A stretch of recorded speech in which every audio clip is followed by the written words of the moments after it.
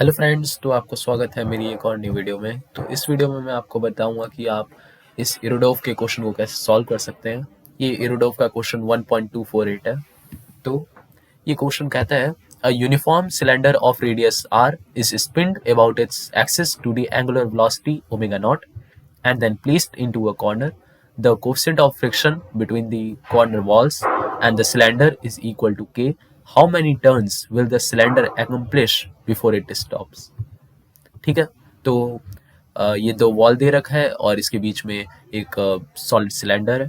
तो ये रोटेशन कर रहा है कुछ इस तरह। ठीक है, तो हमें पता करना है कि ये कितना टर्न लेगा रुकने से पहले। ठीक है, तो मैं एक क्लियर फिगर बना लेता हूँ। ये कुछ ऐसे सिलेंडर है।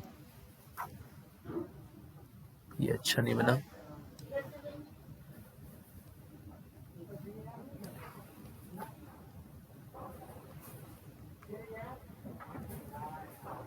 तो ये एक सिलेंडर है। ठीक है, और इसका हमें रेडियस दे रखा है कैपिटल आर। और जैसा कि हमें पता है कि ये ऐसे रोटेशन कर रहा है ओमेगा नॉट से, तो इस पे फ्रिक्शन जो है वो ऊपर की तरफ लगेगा इस वॉल से, जिसको हम कुछ F1 मान लेते हैं। और अब इस पे इस वॉल से जो फ्रिक्शन लगेगा वो इस डायरेक्शन में लगेगा, जिसको हम F2 मान लेते हैं। ठीक है, तो इस पे अब जैसे कि कांटेक्ट पे है तो नॉर्मल फोर्स भी लगेगा, तो इसको हम N1 मान लेते हैं और इसको N2। ओके, तो इस पे एक mg भी लगेगा क्योंकि इसका एक मास है, इसको हम m मान लेते हैं mg। और हम ये देख सकते हैं कि ये एक ट्रांसलेशनल इक्विलिब्रियम पे है, क्योंकि ये खाली यहाँ पे रोटेट कर रहा है, इसका कोई ट्रांसलेशनल मोशन नहीं है। तो हम एक्स एक्सिस पे जितने फोर्सेस है, मतलब हॉरिजॉन्टल पे जितने फोर्सेस है और जो वर्टिकल पे जितने फोर्सेस है, उन सबको बैलेंस कर सकते हैं। तो हमें पता चलेगा, जैसे कि हम हॉरिजॉन्टल डायरेक्शन में सारे फोर्सेस को बैलेंस करें तो हम देख पाएंगे कि F2 is equal to N1 हो जाएगा। तो F2 is equal to N1, horizontal forces को हमने बैलेंस किया। ठीक है, अब अगर हम वर्टिकल फोर्सेस को बैलेंस करें तो निकल के आएगा कि F1 plus N2 is equal to mg हो जाएगा। F1 plus N2 is equal to capital mg हो जाएगा। अब मैं आपको एक और चीज बताना चाहूंगा कि ये जो है, ये फ्रिक्शनल फोर्स, ये दोनों जो है, ये दोनों काइनेटिक फ्रिक्शन होगा, क्योंकि इस पे जो फ्रिक्शन लग रहा है वो मोशन के वक्त लग रहा है। ओके, तो इस ये जो काइनेटिक फ्रिक्शन होगा वो इक्वल टू हो जाएगा के N1 के। ठीक है, और ये जो हो जाएगा वो इक्वल टू हो जाएगा के N2 के, क्योंकि हमें पता है कि जो काइनेटिक फ्रिक्शन होता है वो इक्वल टू होता है म्यू के इंटू एन के, जहाँ पे जो म्यू के है वो है कोफिशिएंट ऑफ काइनेटिक फ्रिक्शन। तो हम वैल्यू पुट कर देते हैं। यहाँ पे हम F2 की वैल्यू पुट करेंगे तो निकल के आएगा के N2 is equal to N1, और यहाँ पे हम F1 की वैल्यू पुट करेंगे तो निकल के आएगा के N1 plus N2 is equal to capital mg। Okay, तो हम यहाँ से N1 की वैल्यू लेकर सेकंड इक्वेशन में पुट कर सकते हैं, तो इससे N2 की वैल्यू आ जाएगी। तो N1 की वैल्यू हम यहाँ पे पुट करते हैं तो निकल के आएगा के square N2 plus N2 is equal to capital mg। Okay, तो N2 कॉमन ले लेंगे और के स्क्वायर प्लस 1 को उससे डिवाइड कर देते हैं, तो N2 निकल के आ जाएगा capital mg by k square plus 1। ठीक है, अब हमें निकालना है N1 भी। तो फर्स्ट इक्वेशन से N1 इक्वल टू है k टाइम्स N2, तो by 1 N1 is equal to k capital mg by k square plus 1। अब ये हमारा हो गया इक्विलिब्रियम ऑफ ट्रांसलेशन मोशन वाला। अब हम इसका टॉर्क के पर्सपेक्टिव से देखते हैं इसको, टॉर्क के पर्सपेक्टिव से सॉल्व करते हैं, तो हम देख पाएंगे कि इस पे टॉर्क जो है वो क्लॉकवाइज डायरेक्शन लग रहा है, जो रिजल्टेंट है, जो इस पे जो भी टॉर्क लग रहा है मतलब वो F1 और N2 की वजह से ही लग रहा है।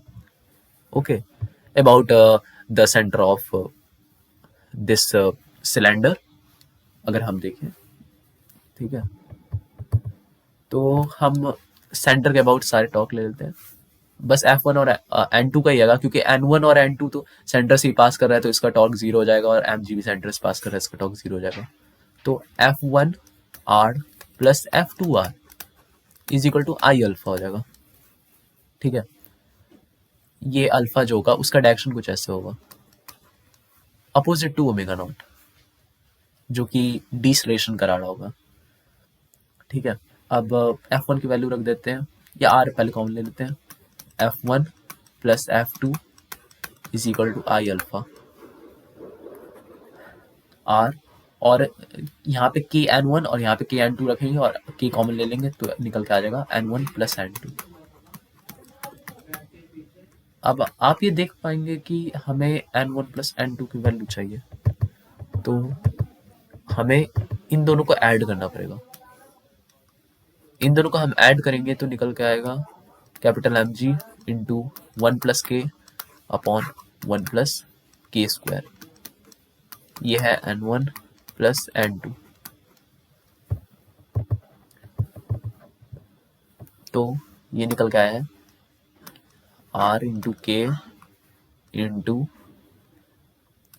के प्लस 1, नहीं Mg इंटू के 1 प्लस के अपॉन 1 प्लस के स्क्वायर, ये निकल गया था, is equal to I alpha. अब आई की वैल्यू रख देते हैं, आई जो होगा वो सॉलिड सिलेंडर का वो mr²/2 हो जाएगा into alpha, capital M cut गया, एक आर कट गया, तो निकल के आ गया, हमें अभी तो अल्फा निकालना था तो अल्फा निकल के आ गया 2 kg इंटू 1 प्लस के upon are into 1 plus k square. ठीक है, अब हमें पता करना है नंबर ऑफ टर्न्स, दे रखा है हाउ मेनी टर्न्स, तो हमें नंबर ऑफ टर्न्स पता करना है। तो नंबर ऑफ टर्न्स के लिए हमें पहले थीटा पता करना होगा, तो हमें पता है इस केस में थीटा का हमें मतलब पता करने के लिए फॉर्मूला जो लगाना पड़ेगा वो होगा थर्ड इक्वेशन ऑफ मोशन। ठीक है, जो कि हो जाएगा theta is equal to omega F square minus omega I square upon 2 alpha.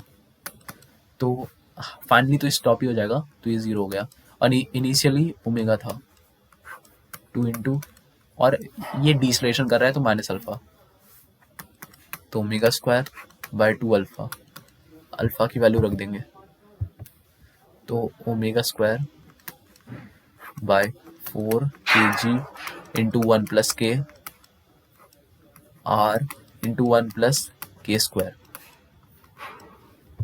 ठीक है, तो ये हमारा थीटा निकल के आ गया। अब हमें नंबर ऑफ टर्न्स पता करना है, तो नंबर ऑफ टर्न्स जो हो जाएगा वो हो जाएगा equal to theta upon 2 pi, जो कि इक्वल टू हो जाएगा omega square R into 1 plus k square by 8 pi k g into 1 plus के। तो यही हमारा आंसर आ गया इस क्वेश्चन का। आप देख सकते हैं कि ये क्वेश्चन कितना एडवांस लेवल था, और ये जेईई एडवांस में कभी पूछा जा सकता है, बिल्कुल जेईई एडवांस लेवल का था। तो आप मेरे चैनल को सब्सक्राइब कर लीजिए कि आप और जेईई एडवांस लेवल के क्वेश्चंस सीख पाए सॉल्व करना, और ऐसे ही मैं बहुत सारे इरोडोव के अच्छे अच्छे क्वेश्चंस डालते रहूँगा इस चैनल पर। और अगली कुछ वीडियोस रोटेशन के ऊपर आएगी, तो नोटिफिकेशन बेल पे क्लिक कर लीजिए कि आपको नोटिफिकेशन मिल जाए। So thank you for watching this video. Okay, bye.